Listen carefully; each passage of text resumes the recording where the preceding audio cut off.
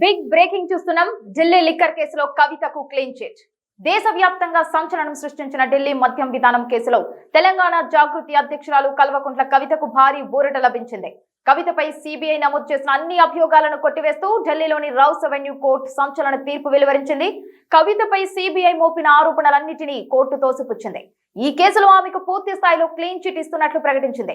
కవితతో పాటు ఈ కేసులో నిందితులుగా ఉన్న ఆమె ఆడిటర్ బుచ్చిబాబు, సీఎం కేజ్రీవాల్, మంత్రి మనీష్ సిసోడియాతో సహా మరో 20 మంది తప్పు చేశారని చెప్పడానికి ఎటువంటి పక్కా సాక్ష్యాధారాలు లేవని, ఛార్జ్ షీట్ లో అనేక లోపాలున్నాయని కోర్టు స్పష్టం చేసింది.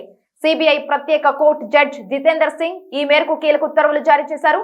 తగిన ఆధారాలు చూపడంలో దర్యాప్తు సంస్థ సిబిఐ విఫలమైందని కోర్టు అభిప్రాయపడింది.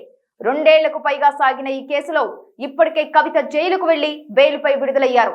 తాజాగా కోర్టు ఆమెపై ఉన్న కేసును కొట్టివేయడంతో కవితకు, బీఆర్ఎస్ శ్రేణులకు పెద్ద ఎత్తున ఊరట లభించినట్లయింది. 2021-22 సంవత్సరానికి గాను ఢిల్లీ ప్రభుత్వం కొత్త మద్యం విధానాన్ని ప్రవేశపెట్టింది. ఇందులో కొన్ని అక్రమాలు జరిగాయని ఆరోపణలు రావడంతో ఈ వివాదం మొదలైంది. దీంతో 2022 జూలైలో Delhi lieutenant governor VK Saxena మొత్తం వ్యవహారంపై సిబిఐ విచారణకు ఆదేశించారు. మరోవైపు లైసెన్స్ ఫీజు మాఫీ చేయడం వల్ల ప్రభుత్వ ఖజానాకు 100 కోట్ల నష్టం వాటిల్లిందని అప్పటి ఢిల్లీ చీఫ్ సెక్రటరీ నివేదిక కూడా ఇచ్చారు. మద్యం వ్యాపారులకు మేలు చేసేలా పాలసీని రూపొందించారని, దానికి ప్రతిఫలంగా ఆప్ నాయకులకు కోట్ల రూపాయలు ముడుపులు అందాయని సిబిఐ అధికారులు అభియోగాలు మోపారు.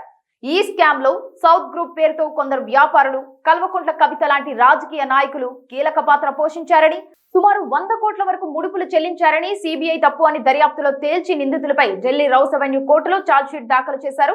ఈ క్రమంలోనే 2023 ఫిబ్రవరి 26న ఆప్ మంత్రి మనీష్ సిసోడియా, 2024 మార్చి 15న కల్వకుంట్ల కవిత, మార్చి 21న సీఎం హోదాలో ఉన్న సీఎం అరవింద్ కేజ్రీవాల్ ను సిబిఐ అరెస్టు చేసింది.